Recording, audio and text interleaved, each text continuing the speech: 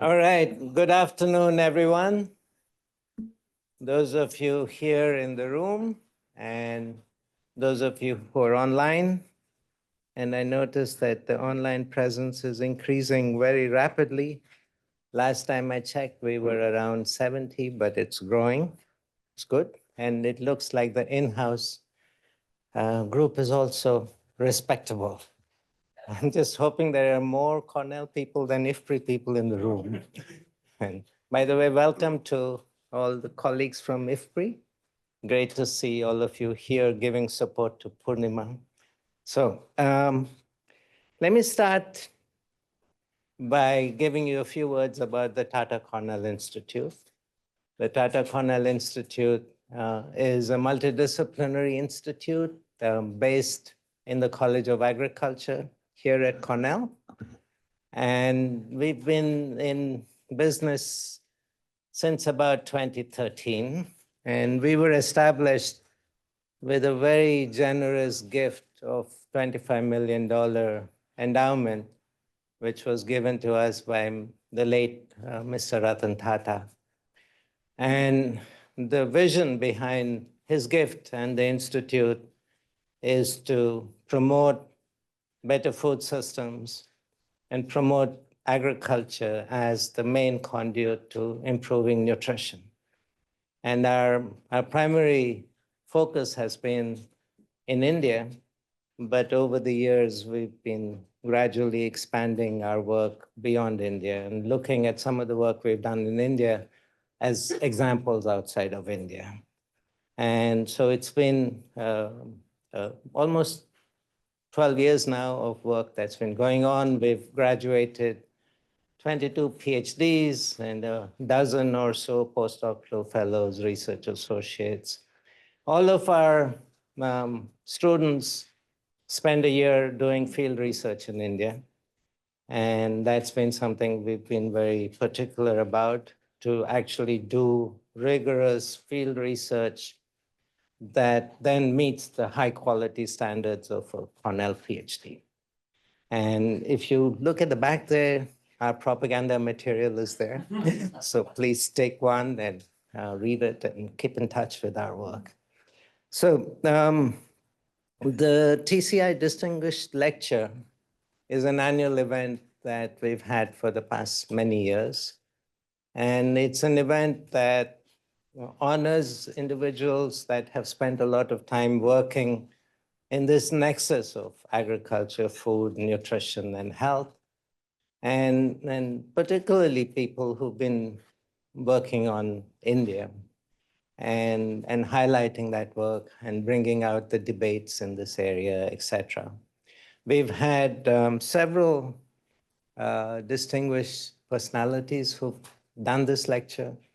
Hans Binswanger was one of the first ones. We've had Professor Meenakshi, who was in Delhi School of Economics. We've had IFPRI's own Ashok Gulati, who was here a few years ago. Last year, I think we had Beena Agarwal come in and do a lecture here. So there's been a variety of speakers. And of course, today's speaker is at the top of that list, Purnima Menon. And also Purnima is alum of Cornell. She did her PhD from here in the nutrition division. Which year was that? 2002. 2002. So it's been a while, but good to have her back, although I know that she comes regularly to Cornell. Purnima is the Director for Food and Nutrition Policy at IFPRI, and she's been in IFPRI pretty much all of her career. She's written over 200 journal articles, very distinguished scholar, highly recognized in the area of nutrition, and a big advocate around this healthy foods, better diets. She was a big leader in the Lancet series on better diets. She won the Mid-Career Award in 2020 from the American Society of Nutrition. which is, I think, a big deal in the nutrition community. I know her particularly for her tireless advocacy in India for equitable nutrition for women and for children, and looking at behavior change and other interventions that help improve nutrition for this community. And that's where I've seen much of her work, and she's a very high-profile advocate in this area in India. And I'm sure she'll be talking a lot about her work and her experiences. And today's topic is on nudging people and policy towards better diets and nutrition. Insights from South Asia. I've asked Purnima to talk for about 40 minutes, and then we'll spend about 20 minutes to half an hour in discussion. There'll be people asking questions online, and Dan will be asking it for them. People in the audience can ask as you please after the talk is over. Okay. Purnima, all yours. If our technology works, yeah.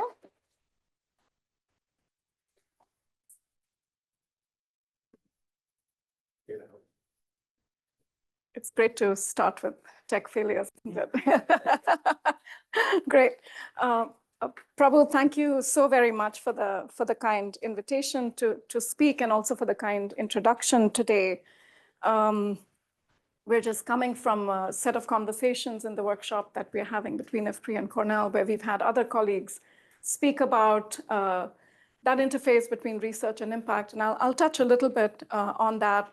When Prabhu asked me to give the talk, I said to him, I said, so Prabhu, I have about 3 lectures that I can give and that I've given in other places. I can talk about my behavior change research. I can talk about just the work on the research policy interface and the lessons from 2 decades there in India. Or I can talk about some of the new work that we're doing on looking at diets and sort of what I call eating as an agricultural act. And then he said, oh, actually, I'd like you to combine a few of those things. And I went, oh, geez, okay. So I'm really going to have to put a little extra here into that.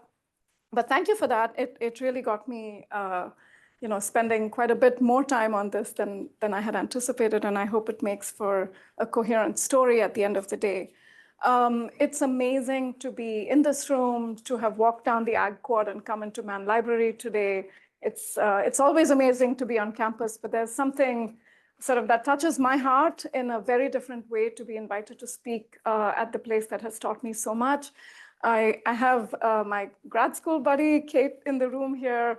And my parents are actually listening online as well, which is also kind of cool and unnerving. So much gratitude to all of you. I'd like to start by acknowledging sort of the many, many funders who've contributed to the research and the work that we've done on the research policy interface in the last many years. Prominent among them are Bill and Melinda Gates Foundation, erstwhile DFID, now FCDO, USAID, the CGIAR Trust Fund, and the World Bank CEF Fund, which funded some of our work on women's self-help groups in particular.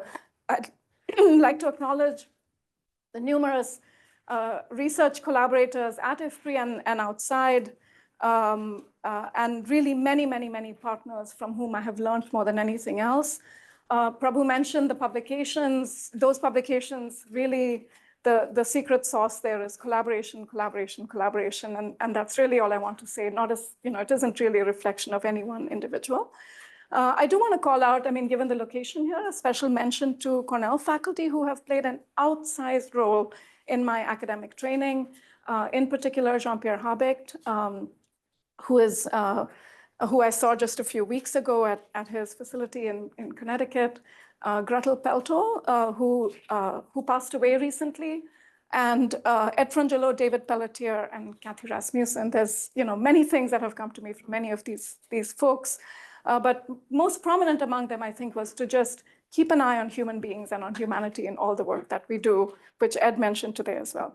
I have no conflicts of interest to declare. All of the research that was funded here is funded with full freedom to publish, which I think is really, truly a privilege. Please follow me on Instagram. I have a new one called Policy on My Plate. trying some different things there, and you can always reach me on email.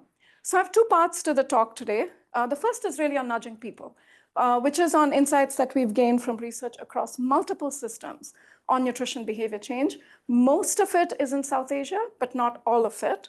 And then I'll really end towards the sort of the last third of the talk will be on insights on nudging policy, which is also about nudging people at the end of the day. And those are just really coming from my reflections of being a researcher in what is a very active policy ecosystem. So I want to start with last things first, though.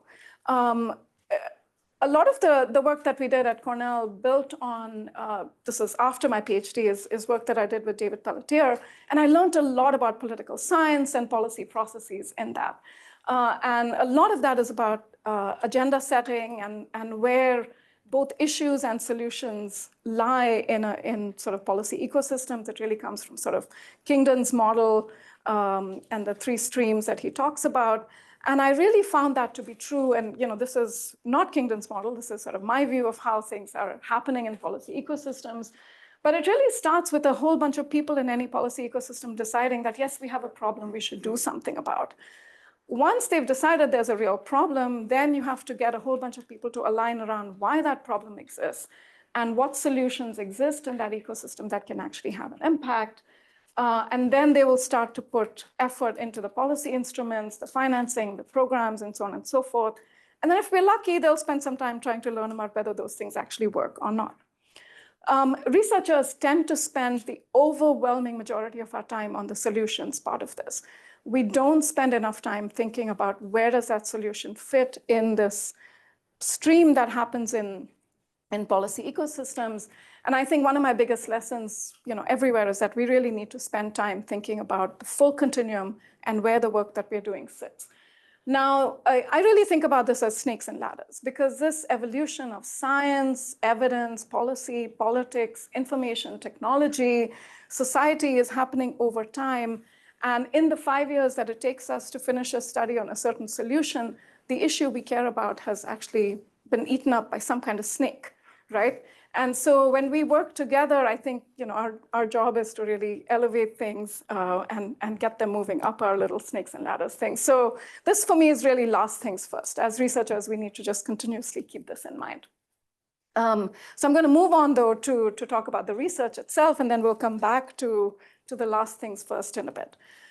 So my journey in understanding or even being interested in nutrition behavior change or nutrition behavior started with my PhD fieldwork, which I ended up doing not in India, where I thought I would be, but in Bangladesh for all the usual reasons that grad students end up in different places. Where do you get a data set from? Where do you end up with collaborators? But I think it was truly remarkable because it forced me to learn a new language. It forced me to learn how to work in new contexts. I had no priors going in there. And truly, I think that made me a better researcher. But I did a bunch of quantitative analysis with some longitudinal data sets on child health, which I learned a lot from. But I think I learned the most from spending about 6 months with a small group of young mothers of young children in Bangladesh, really trying to understand what was going on with the behaviors that they were engaged in. And Rachel, sorry, lovely to see you too, talking about grad school friends. And really just, really trying to tap into what was behind all of these behaviors. And so, we found that prelacteal feeding was rampant, that exclusive breastfeeding was almost negligible, that there were diverse influences in people's lives, that media messages were read and heard, that fathers had a role to play, but mostly in bringing snacks and candies for their kids. And it really led to this understanding that if you take a human-centered and a behavior-centered way to understanding how people operate and really move back into their systems, you get a sense of what are the levers that need to be moved and shaped. And it was really fantastic for me many years later to go back and do some behavior change research in Bangladesh. I did not have an opportunity to execute an intervention in the Bangladesh work, but it deepened my understanding of sort of taking that human and community-centered approach. I then had the opportunity again on a joint project, interestingly, between IFPRI and Cornell, so I count this as my second PhD. I worked on this Haiti project with Marie Ruel and really learned a lot from Jean-Pierre Habicht and Gretel Pelto in those days, where we had the opportunity not just to understand the context, but also to design and develop and then test nutrition behavior change communications that were happening in the context of food-assisted programs. We were testing a design principle in these food-assisted programs. The design that we were testing was, does it make more sense to target children, families in the first 1,000 days of life, or to screen children, figure out whether they were malnourished, and then target food assistance? So that was a standard practice. We were testing something really new. We knew we needed to have a really good behavior change program, et cetera, because we wanted the program to be so well implemented that we could actually test the design principle. Because if a program is badly implemented, you can't test the design considerations behind it. So we spent an enormous amount of time as researchers doing the formative research, designing the intervention, and then working with the entity World Vision then that was implementing it, just to make sure that the intervention was being implemented as intended, as designed. And for me, that was a huge lesson in the value of implementation-focused research nested into rigorous randomized controlled trial types of impact evaluations. We really needed to be able to assure ourselves that the implementation of these two models was running fine. So based on that work and the long engagement with World Vision, that really helped to get the programs be based on really be delivered based on the design.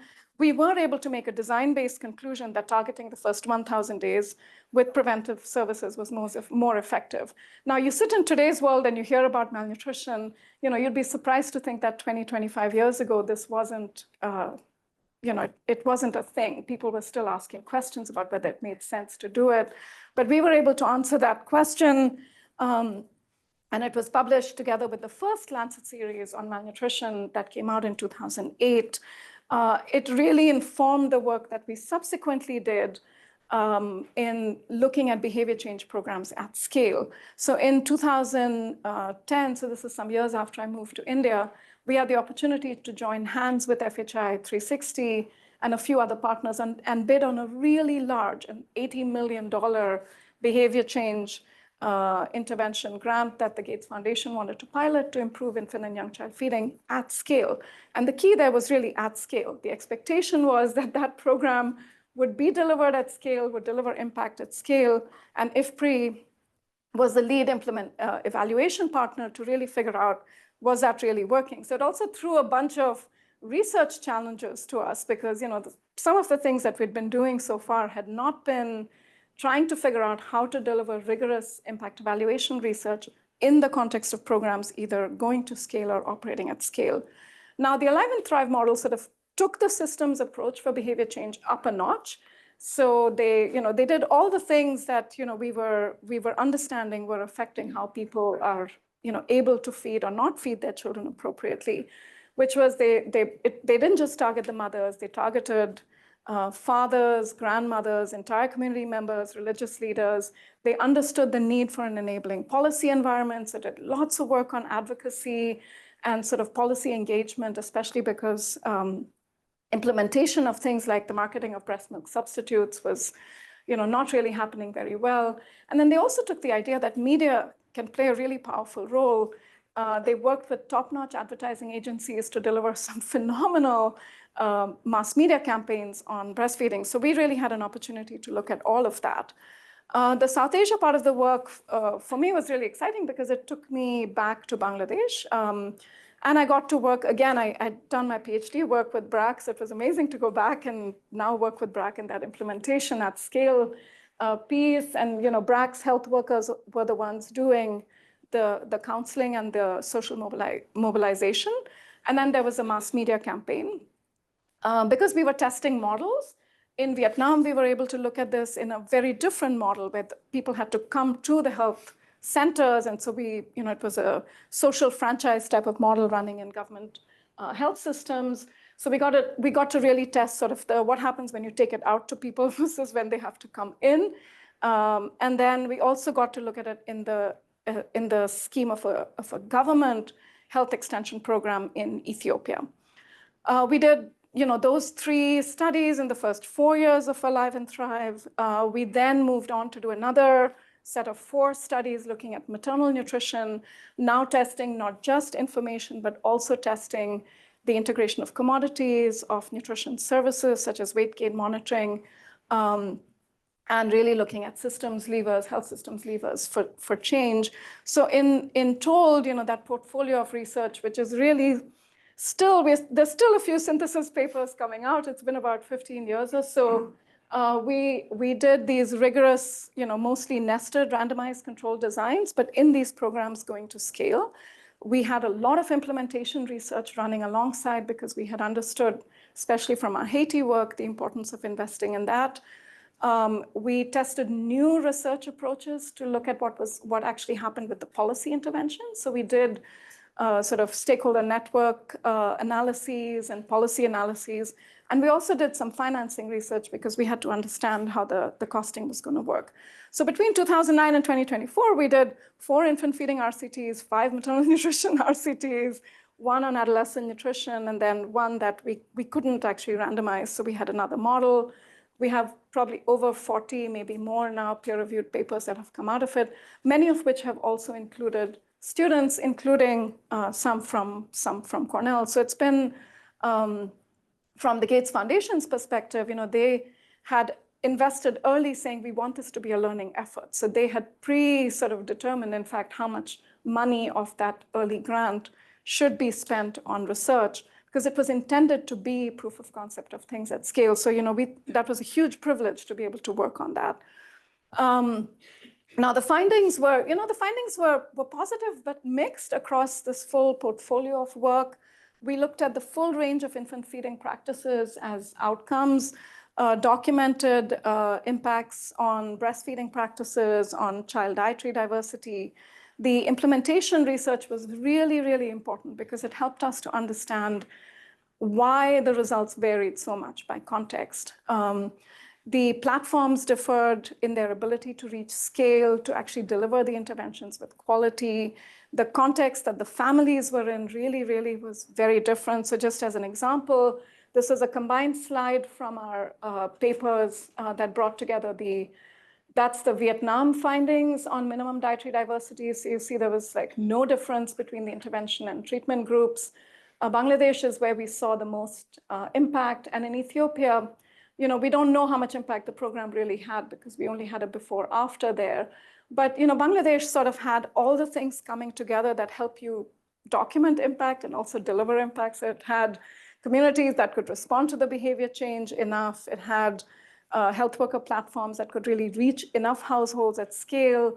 It had an implementer that was really dedicated both to the ideas of scale and quality, and to the idea of using research. I happened to be with the CEO of BRAC at a meeting a couple of weeks ago, and he really, he talked about this in the context of their work on ultra-poor graduation programs, just how much they as an implementing agency believed in the power of research. And so I think we had just a lot of secret ingredients coming together there.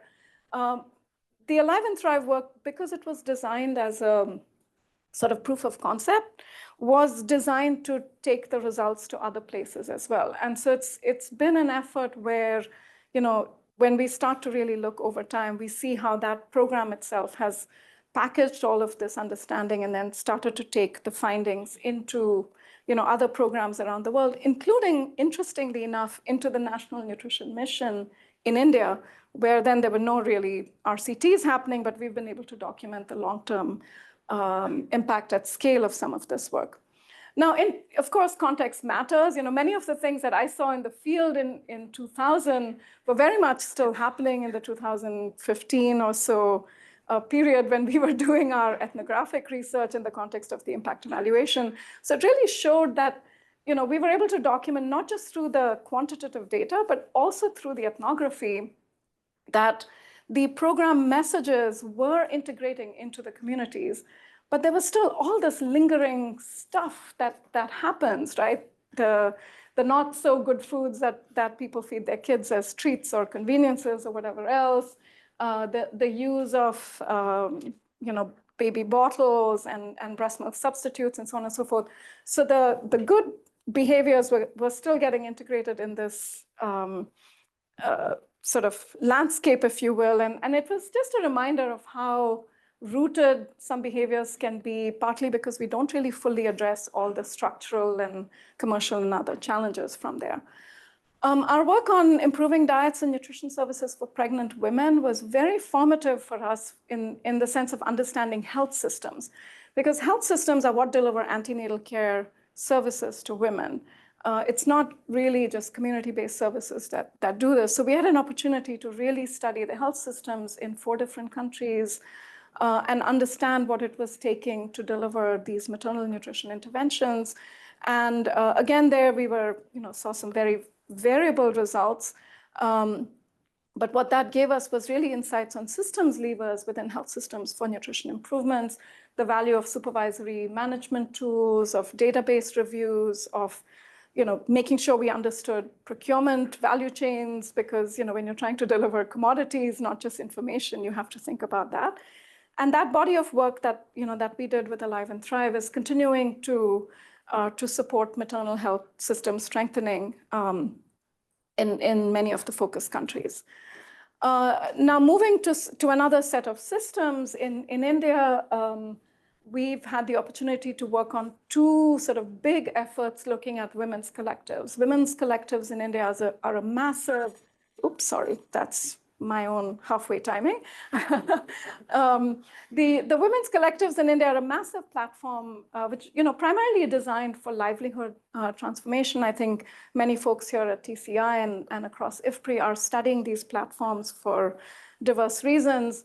But there has been, I think starting in sort of the mid 2010s, given all of this other work that was happening on nutrition behavior change, and the need to start to think about what are the other platforms that can give you scale and build community mobilization around these things. There was this real interest in looking at women's group platforms. So this is work done with Neha Kumar and Kalyani Raghunathan, Sam Scott, and others. The previous body of work was done with Fong Win, Sunny Kim, Rahul Rawat, Dishali, and several others at IFPRI and our many partners. And so, we had the opportunity over about 5 years or so to do 2 big evaluations there. One was sort of deep, and in one district in Bihar that was looking at the Jivika platform. And the other was a little bit more diffuse, but we were looking across 5 different states at an NGO platform, a set of programs, again, focused on women's collectives. Both of these had strong agriculture roots. So, because they were working with rural women on livelihoods, agriculture as a big part of that.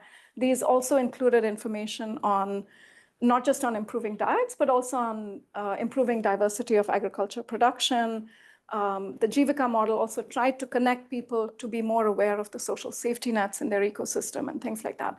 There again, we find sort of reasonably positive impacts, but still mixed. So these programs are capable of delivering these interventions. They are capable of getting women to discuss and engage on these topics. But they just don't deliver things with the level of intensity that some of the community-based health programs that we had the opportunity to study do. So there are issues around how much time do you really get in a 1-hour women's self-help group meeting once a month to discuss nutrition or health? I think we just have to be very measured about what we can expect there. And so our insights from that are that while these programs are helping and have helped women build assets, improve empowerment, increase the knowledge of agricultural practices, and improve diets, we just have to be quite realistic about this. The other big insight from this work was that, of course, you cannot just simply target women in an ecosystem where behaviors are so driven by what's happening in the socio-cultural milieu, and we were really feeling like not involving men is a missed opportunity. Well, I had the great fortune to then work with John Hoddinott and Agnes Kiesimbing, Akhtar Ahmed, and others on the ANGEL trial, where we did precisely that. So the ANGEL trial actually targeted couples and couples in groups. And it really sort of leaned into the idea that women's empowerment was playing a big role in dietary diversity, and production diversity in Bangladesh. So, Agnes and others had documented that with IFPRI's rural household survey. And then, we worked together to design and implement a 5-arm RCT that really showed that actually training men and women together contributes to, more joint decision-making, to increasing gender parity, does not really increase intimate partner violence or any of that. The other interesting thing there, again, because I think by now we're just sold on the idea of scale, right? We don't want to do these niche projects if we can't figure out how to scale later. And so, what was exciting in that work was to do some of it with the agricultural extension side of the government of Bangladesh. And we proved that actually it didn't matter whether the program was delivered by the ag extension agents or the sort of NGO, more niche NGO-based community health workers, you can still get impact through the ag extension work. By now we're, 20, I don't know, a zillion years into this behavior change work. There are some things that are changing really fast in the ecosystem of how people eat, and we're realizing that the proliferation of snack foods and other such things isn't going down. It's really something to contend with. All of these programs that we have looked at so far have primarily focused on improving the positive stuff, improved breastfeeding, improved dietary diversity, and all of the research that we're doing alongside this keeps showing that families are engaging a lot with unhealthy foods. So recently we decided to do a scoping review to say, listen, what is available in the evidence on behavior change on that front? Not very much, it turns out. Most of what's available is from high-income countries, very little evidence from low-income countries, except from in Latin America, for behavioral interventions that start to reduce the consumption of unhealthy foods. And so, for those thinking about new areas to approach in behavior change, I think this is really something. We've also landed in the world of sort of food systems now. It's not just agriculture nutrition or agriculture gender or gender nutrition. We have to take the systems view. And I had the opportunity to work with some colleagues across the CGIAR now to say, let's look at transforming agri-food systems in South Asia. And as we started talking, we had agronomists and hydrologists and gender folks and economists in the room. We were like, the food system means something different to every single person in this space. And so we decided to measure and really see if we could, in context, look at the whole food system together. So this is work with Tim Krupnick, Sam Scott, Avinash Kishore, Shuman Chakrabarti, Rasmi Avala, Neha Kumar, and a whole bunch of other colleagues from IFPRI as well. And so we took the HLPE framework and we designed a lean data collection tool around it and implemented it in 5 districts in South Asia. We released the data to public domain within a year. We have not written our papers yet, but we released the data to public domain, partly because we felt like this is a public good, and it wasn't an RCT or anything like that. We just felt it would be helpful to have it out there. So we used this food systems framework. We designed data sets around it. And we said, we really need to start with understanding what's on people's plates.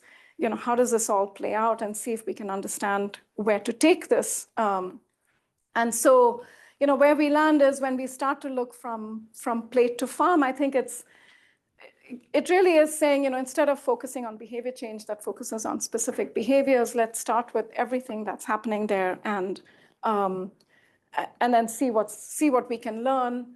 And so, what we see, so this is in Nepal.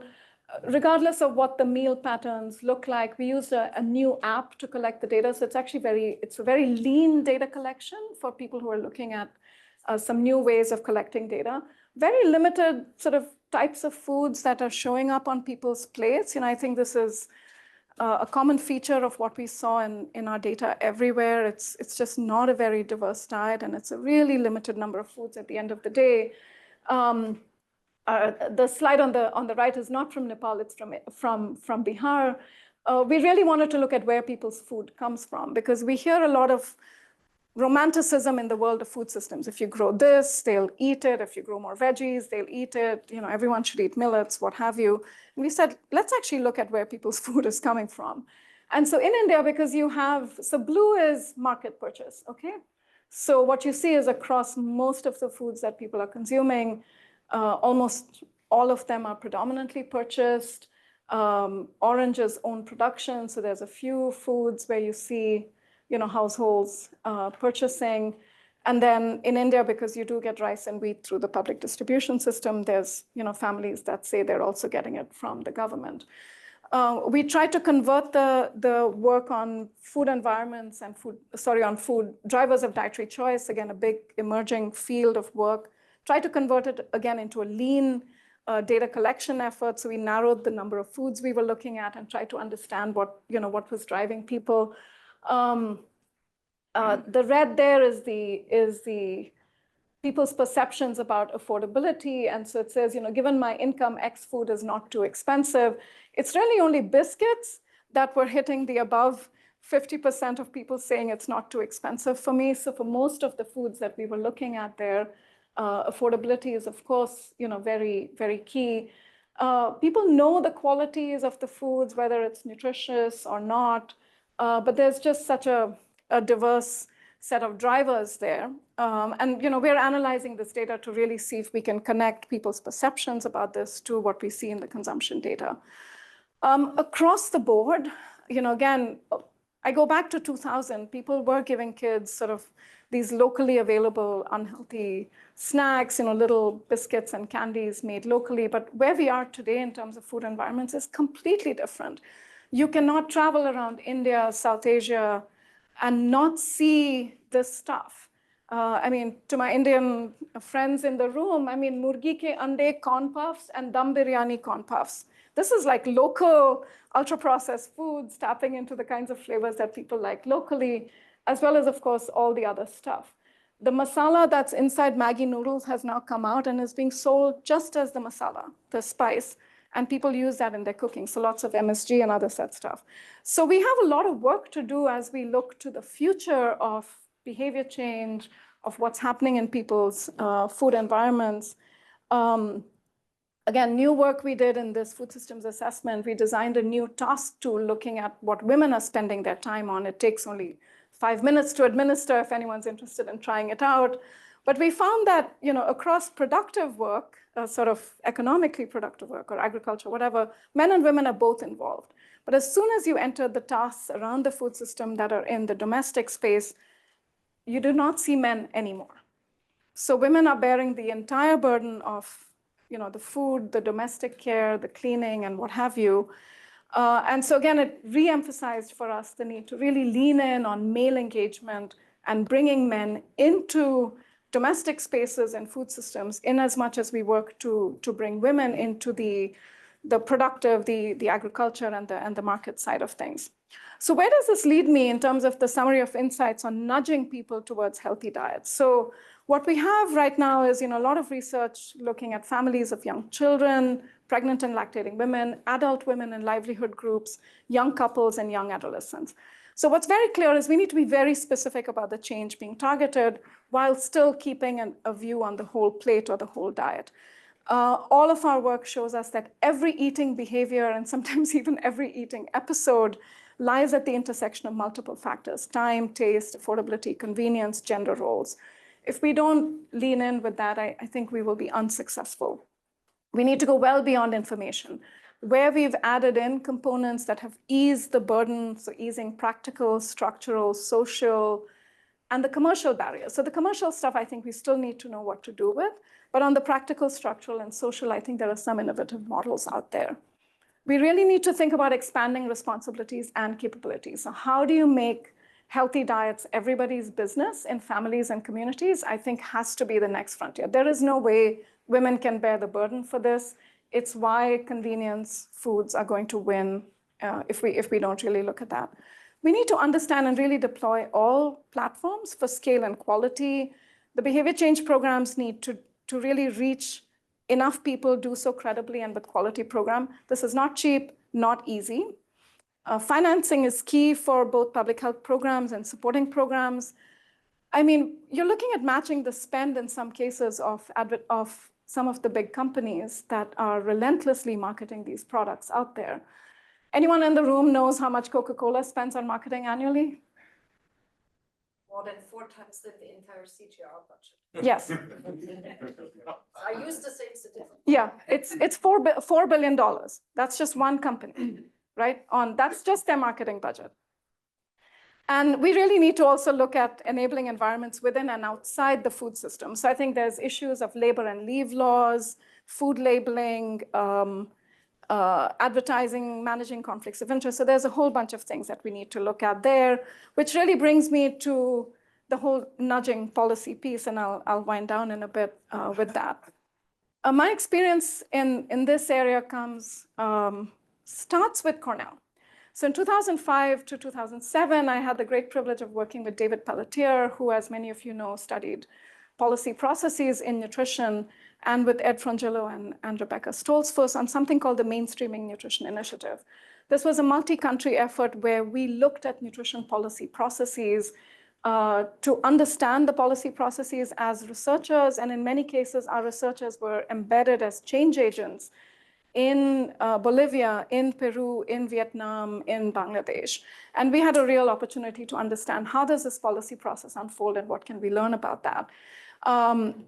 We identified the critical importance of going beyond policy, political commitment to really thinking about system-wide commitment, because it isn't enough to make a policy, you have to deliver and implement, as Ed mentioned earlier today as well. And for me, as someone coming from nutrition and program evaluation experience, it just gave me that breadth of insight, I guess, in understanding policy processes before I went back to India. And so India's journey on nutrition, at least, the path that I know the best, started with the launch of the National Family Health Survey 3, which really showed that stunting was a very big problem in India in a context where the economy was growing. There's been a long journey of work that has happened in India that highlight the slow progress, a huge multi-stakeholder nutrition conclave that Professor M.S. Swaminathan led, that laid the foundation. The launch of the first nutrition series, which then, re-emerged as the Nutrition Coalition's leadership action for agenda. So it took, a good year and a half or so of translation, and then moved on through in various different ways. A lot of implementation testing was happening in India as well, and culminated in 2018 in a massive national nutrition mission that really brought the political commitment to a lot of system-wide commitment and implementation experience building that was already happening. So what's happened since then is, we've seen a robust policy implementation that's been delivering a range of evidence-based interventions through multiple platforms, health, the self-help groups, the ICDS and whatnot. The 2021 national survey data really highlighted the massive improvements in the reach of interventions. We just have a paper published together with a wide range of Indian stakeholders and researchers that shows huge improvements. It's in BMJ Global Health. We estimate that in a year, almost 19 million additional children were reached by evidence-based interventions. So policy momentum is also very strong at subnational levels, and the update to the National Nutrition Strategy is now looking to see if we can account for sort of healthy diets in addition to just delivering this sort of Lancet set of interventions. Now, our work in India has been, as much as we've done work on research, we've also really leaned in on some of the insights from the work on nutrition policy processes. This map here, by the way, is a stakeholder map of everyone involved in nutrition, done using an IFPRI developed method called NetMap in the state of Odisha, and shows sort of incredible connections. Yellow are the government, orange, pink is the government, yellow is development partners, and then everyone else in. This was a very robust network of people working together. And our primary insight from engaging with work in India is that policy is nudged forward by people in policy communities. It's never a single policy maker or, and maybe it's because of sort of the argumentative Indian vibrant democracy side of things, but there's no way any single person can try to move something without, ensuring that lots and lots of people are around it. And what we've done with intentionality is to really think about how do we support these policy communities with data, evidence, and knowledge support. Many of you in the room have been part of that journey with us. And so we've done lots of different things there, virtual knowledge platforms.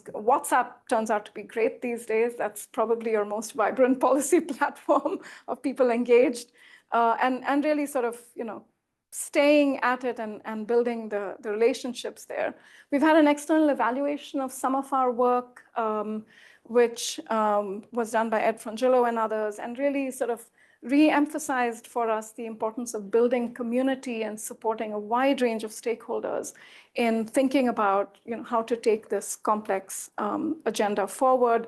And I think there's many lessons here for all of us, but it is about creating in big ecosystems sort of a level of literacy, if you will, around certain key policy topics so we can move these agendas forward in a timely way.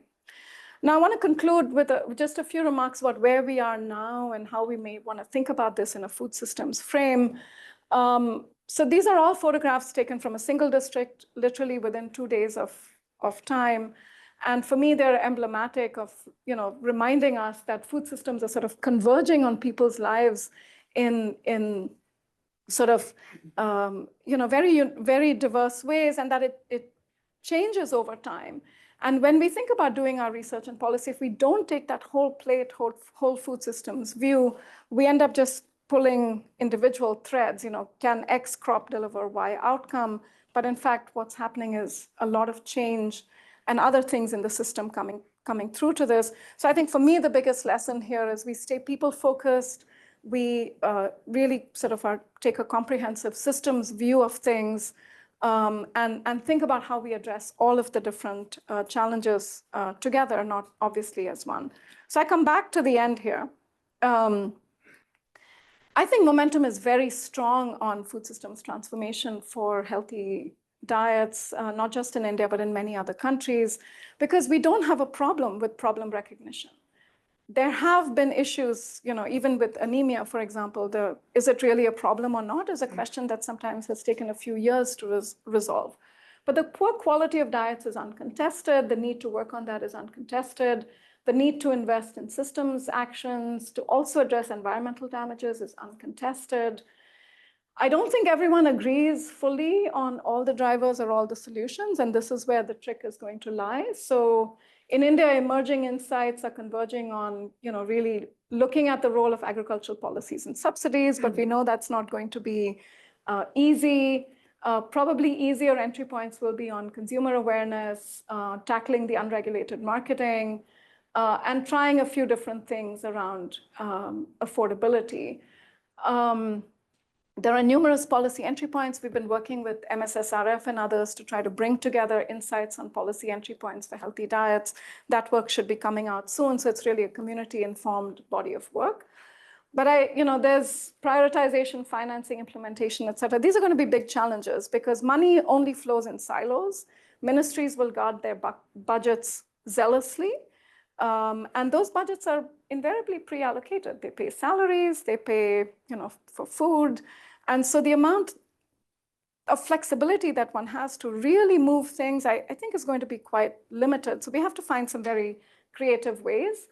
And I think it's going to be very challenging for us to monitor and recalibrate because the data systems that relate to food systems are very fragmented. You have data on production from somewhere and consumption from somewhere else, food prices. So there's a lot of work to be done on that front. So hopefully TCI and others can take forward some of these things.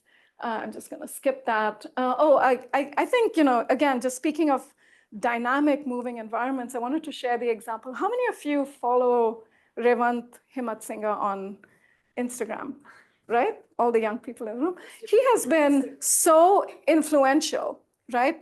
2 or 3 years ago, he decides to just come up and start talking about how much sugar is in certain food products in India that people feed their kids.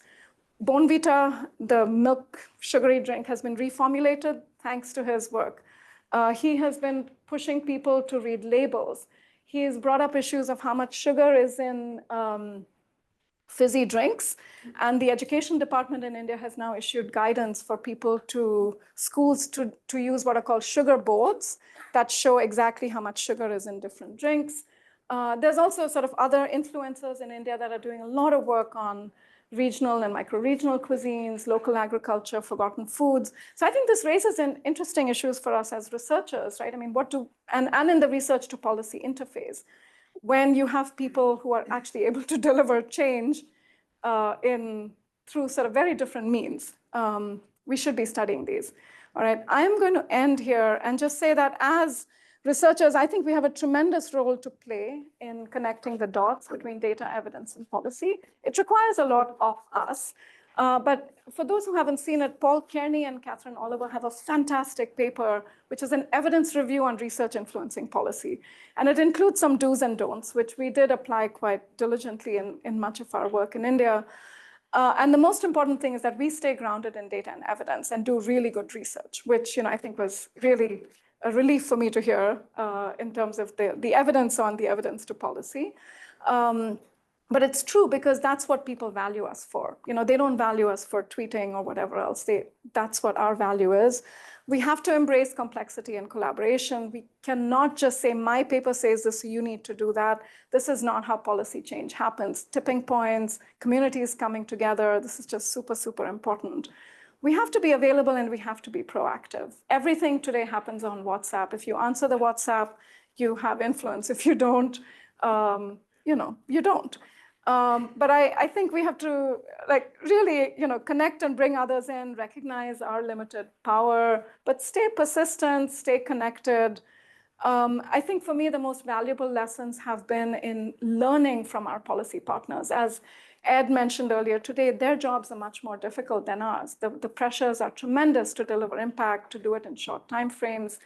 And if we can't appreciate that, then maybe we shouldn't be in this business. There is no us and them in this world. They have very difficult jobs. I do think the policy community can do a lot. They can work harder to stay informed. They can bring us into some of the conversations they have. More importantly, I think we should think much more about how to institutionalize processes and systems that bring knowledge and evidence, routinely and thoughtfully into policy processes. We haven't really studied all the mechanisms to do that well, but I do think that's an area of research. What do task forces do? How should governments build and use knowledge communities and so on and so forth? So sorry, I think I'm definitely over time, but thank you for a patient hearing and much gratitude to everyone.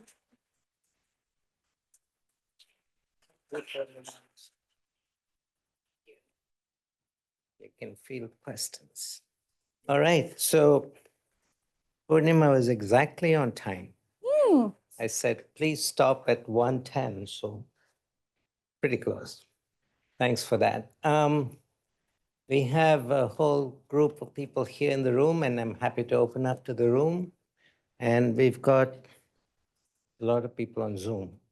And Dan will read out questions of people on Zoom. So the floor is open. Yeah, thank you. That was a real tour and really fun to see. I just wanted to zoom in on one summary statistic on one of your slides. It was the green coded chart of people's knowledge of different foods and food products. And for deep fried foods, the statistic on the number of people who think they are healthy was something like 45 or 47%. So how many, so I have two questions. Is that almost a free lunch to strain metaphors for researchers? What's the demand elasticity on changing that knowledge, and what do we know about changing that knowledge, and how many of those types of somewhat low-hanging fruits do you see in this space? Yeah, so the food systems assessment actually revealed many low-hanging fruit for us, including some of those. I'm hoping we can move forward to do some intervention research there. The other interesting low-hanging fruit was really that, it's probably the snacks where there's most possibility to move people's food behaviors, because some of the other things that happen around meals are just, so locked into some of the structural ways in which people cook and eat and what have you. So maybe we'll need to do some research together on the fried foods. Next question. You mentioned, so most programs and surveys target women and children, but with the Angel study, you targeted husbands. How did you shift the narrative towards men and partners? So the Angel trial included both men and women, and that's just what the design was. You know, unfortunately, we were not testing whether it made a difference to include men or women. We were, testing really the addition of agriculture, nutrition, and gender, sort of bringing those three things together. So the gender curriculum was focused on couples. So we just made the whole intervention focused on couples. Yeah. But I know I have IFPRI colleagues, and maybe Dan and others can speak a little bit later. There's some new work on, really just on targeting men through, I think it's videos and edutainment and things like that. Yeah. Male engagement groups. Yeah, and male engagement groups. So there's definitely much room to be done to figure out how to bring men into the kitchens. Dan, anyone online? Sure. Welcome. One question we have is, in states like Bihar, India, where soils are heavily degraded and chemical inputs are widely used, how can sustainable land management practices improve both agricultural productivity and the nutritional quality of diets? Have you found any evidence for this in your own work?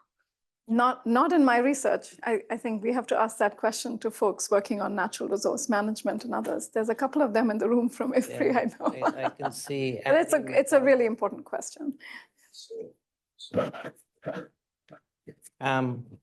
Mark. Wonderful. Thanks. Great to hear this. And a lot of work and randomization usually is focused on user measure. But you also talk about implementation. Have you done any work on randomizing implementation strategies? No. Do you see it as an opportunity? It would be amazing to actually do that. So no, we haven't done that because the Alive and Thrive work in particular, which was very focused on systems level implementation, was building on prior experience of how to deliver they had implementation experience through linkages and other USAID funded projects and how to deliver these programs at scale, but they hadn't always been tested in a randomized frame. And so we weren't testing, for example, if you incentivize workers one way or the other, do you get, certain types of outcomes?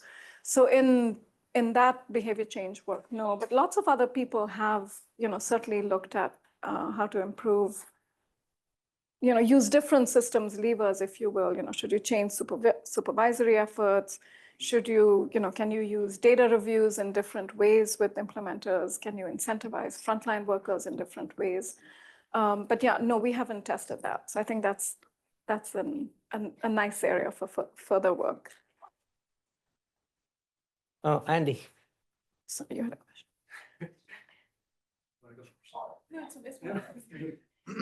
Thanks for a great presentation. You emphasize the role of learning in policy environments, and India presents a unique opportunity for that, given the amount of investment through the state departments. In our own work, we haven't seen a lot of commitment to continuity of programming and short-term thinking. And I wonder if you've seen another lever pull that would permit us to do collectively more of the co-establishment of a learning agenda in the state. Yeah, no, that is so hard. I mean, we are in an administrative setup where people will spend, generalists will spend 2 years, 3 years in very influential roles. And so I think, establishing stable learning agendas is complex. But one of the things that we've been able to do is, just through certain champions, have been able to work with the National Apex Training Academy for the civil servants to engage them around, the ideas of data research, topics like nutrition, and it's not just IFPRI or any of us, right? So the JPAL has been in India for a long time. 3IE has been in India for a long time. ID Insight has been there for a long time. So when I reflect on the last 15 odd years of being there, and maybe Sudha and others can also come in on this, I do see a great appetite across the system for looking at what's coming out in terms of, what the data is saying, what the evidence is saying. I just think there are certain design features of administrative systems that we have to learn how to work with. They're not bugs, that's just the way they are. So creating those champions early is I think what we really need to do. I wanted to know your views. So you mentioned about this behavior change program, which was done in IFPRI, and difference between the screening and failure. So in India, like we know we have districts and blocks. So what are your views on if there's like each block representing different women, and those women are trained by the frontline workers, and that then those women are creating impact in there, basically representing, making them an activated women activists in a way. So I would know your views on like if those women are trained by the frontline workers, and then those women are basically a chain training to the families and different families. How impactful they do. So I think the self-help group models are fairly similar to that, right? Because they're engaging women and then hoping that the same women go out but it's not, I don't think it's fair to expect that these things will work in volunteer models. What we are competing against is highly polished, targeted, well-paid advertising campaigns that are moving people to consume unhealthy foods. And somehow we expect that public health goods are going to be delivered by models that rely on volunteerism. We really have to step back and ask ourselves, is that the system that we need to see in the future? And if we want really good behavior change for public health goals, what will that investment really look like? What should it look like? What will it cost? I really think we've been trying to achieve public outcomes on the cheap, and we're fighting juggernauts, really. Sumita? But worth trying. Amazing talk for scholars like me who are working in food policies. So I wanted to know, like, what is your opinion about this context for double burden of malnutrition? And when we think about, like you've spoken about the how these systems can address, you've touched upon how undernutrition can be addressed, but what do you think about the role of policies in addressing overnutrition? Yeah, great question. So this is the current National Nutrition Strategy update to India is finally sort of really leaning in on that as well. And there's been, I would say over the last couple of years, a real move towards, converging everyone working on nutrition towards working on healthy diets and identifying the entry points there. I would say it's happening. There's all kinds of new guidance. There's the new GST, I think, is worth studying because there's some interesting things happening there on the difference between, how some of the tax side is being treated. Labeling is going to come through. But at the end of the day, I mean, we really have to understand all the constraints to helping people eat well. And it's just not clear which of these things is going to do the tricks. I think, if you take it from a systems perspective, I would say there is strong recognition that we need to work on that. And people are moving with what they can move on. I don't think it's going to be possible to move on the subsidy reform and things like that, but there is movement on labeling, there is movement on public awareness, there is movement on, taxes, school nutrition, education, looking at menus. So I feel like the ecosystem is trying to do what it can. I just don't know if it'll be enough. Yeah. Let me take one from Raghav and then one from online. Go ahead. That was a very interesting talk. I have a question about the role of non-governmental organizations. So I noticed in your presentation, a lot of the work was done with governments, but then there was a role of Menon. Also, all the organizations you mentioned, so JPAL, ID Insight. Initially, when they came to India, most of the work was done with governments, but now you notice a lot more projects happening with NGOs and non-governmental organizations. And so what's your view on the idea that this sort of increased focus, particularly for research organizations and academics, I think it's easier to use NGOs often to do experiments or studies. So this increased role of non-governmental organizations, do you think it kind of replaces the state And in the Indian context, I think the question, I'm kind of focusing on the idea that very few places have these NGOs working. So often if, programs are designed to work through NGOs and nonprofits, is it leaving out areas where, it's only the government that's working? So what's your take? So I guess it depends is always a great answer to a question like that. But the context in India, I think, is also a lot of the NGOs work quite closely with government services, right? The ag NGOs will, interface with those parts of the system. A lot of NGOs will support or help to strengthen, for example, the ICDS or the public services. So I don't think that the NGOs are necessarily testing brand new models. Many folks in India in particular understand that the path to scale, especially on some of these types of programs, is through the government pathways. It's always like, looking at catalytic or building new models. So I'm not sure I'm seeing the trend quite the same way. Actually, I feel like in India, people want to work more with government because that's how you get to scale. What we're not seeing is, what more can we do with other types of actors? Is there stuff that can be done with private sector? The innovation in all kinds of things around food and agriculture is really incredible in India. And I'm not sure that we're seeing enough in the food system in terms of connections there. So there's other actors we could also be looking at. But I know y'all are doing some work on some of that as well, right? Yeah. Ben, anyone online? In the context of social protection programming, behavior change is often very nutrition specific. How can we broaden this to address key household behaviors across the life cycle and link to decisions related to household expenditure and dietary diversity?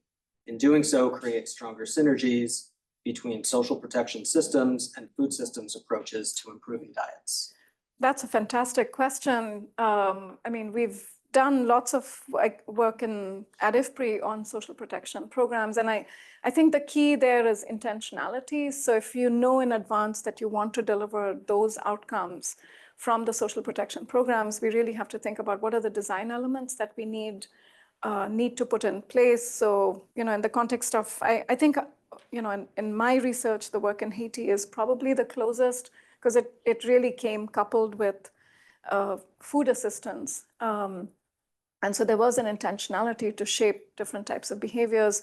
Dan and I have been talking quite a bit about looking at outcomes such as improving the affordability of healthy diets, and how do you really think about new models potentially of behavior change support that help us, move things a little bit further on the food systems agenda. But I think intentionality, targeting, thinking about the design elements that need to be in place there. My worry with all of this is how do you deliver high quality behavior change? Because what we have understood through all of our work, and now I'm referring to work at IFPRI, not just mine, is that it's expensive and not easy to deliver really good and effective behavior change programming. And if we want to get it right, we have to invest right up front.